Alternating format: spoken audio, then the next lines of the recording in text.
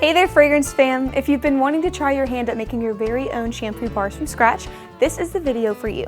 Shampoo and conditioner bars can be a great addition to your soap or bath bomb line, as more consumers are turning to plastic-free options for their daily lives. These bars have created quite the buzz across social media, I would say too. So let's get in on these trendy little bars by following my easy, beginner-friendly tutorial today. Let's go ahead and start making these little shampoo bars.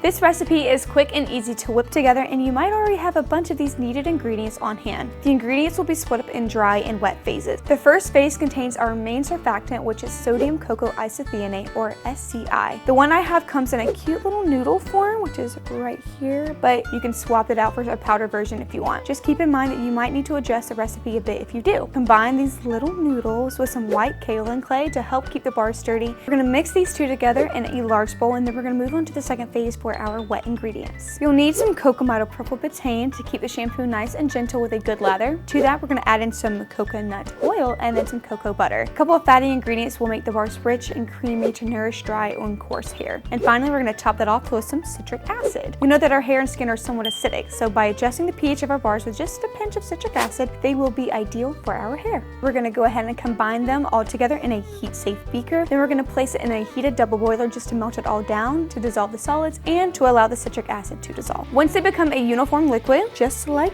this, remove the beaker from the heat source and drizzle into your dry ingredients. Now you'll work everything together with your hands, so don't forget to grab some gloves, and you should wind up with a crumbly paste. If you find this a little too wet, we want it more of a biscuity dough, you can go ahead and add in some more kaolin clay. Do a little bit at a time just to make sure that you're not adding too much. Just make sure that you get to the right texture without having to go backwards and forwards. So to finish off the bars, you'll need to add in a broad spectrum preservative. Because the bars will come in frequent contact with water, adding a preservative will help fend off mold and bacteria that may grow in them without one. Finally, you're going to complete your shampoo bars with some fragrance oil. I think our version of Mahogany Coconut by Bath & Body Works is perfect for these bars. Guys, it's so warm and fresh, everything at the same time. It's probably one of my favorites. Work the final ingredients into the dough until it can be molded into your hands. I recommend a press mold like one of these because it helps create a solid circular tab that's super easy to hold and use in the shower. And if you don't have one of these on hand, a silicone bar or cylinder mold will work just as well. And we're going to go ahead, pop it in, and press it down.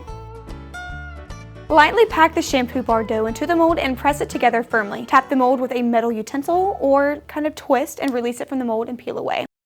Then you have a shampoo bar. Repeat these steps until you used all of your mixture, and then from here, just need to let the bars fully dry and solidify. They can be used now, but they'll be very soft and fragile. So by letting them age for at least 48 hours, your bars will last much, much longer. Here are my shampoo bars that have been left to age. They look natural and rustic, which I absolutely adore. To use a shampoo bar, simply lather it directly into your wet scalp in the shower, and then lather into your midsection of your hair. From there, all you have to do is rinse it out like a regular liquid shampoo. So this formula will leave your hair and scalp feeling refreshed without drying it out. To package these up, I recommend heat shrink wrapping them or tying them up in some plastic-free baggies. I think it really goes cohesively with our shampoo bars. I hope you guys enjoy these as much as I do, and go ahead, make some for yourself. They can be customized with colorants for a bright look, along with any of our high-quality, affordable fragrance oils. Find your new best-selling fragrance by heading over to our web store at afi-usa.com/shop. And don't forget to sign up for our weekly newsletter for a weekly 10% off discounts. If you guys enjoyed this video, hit that like and subscribe button. My name's Maddie. Thanks so much for watching, Fragrance Fan. I'll catch you guys in the next video with another really cool project coming your way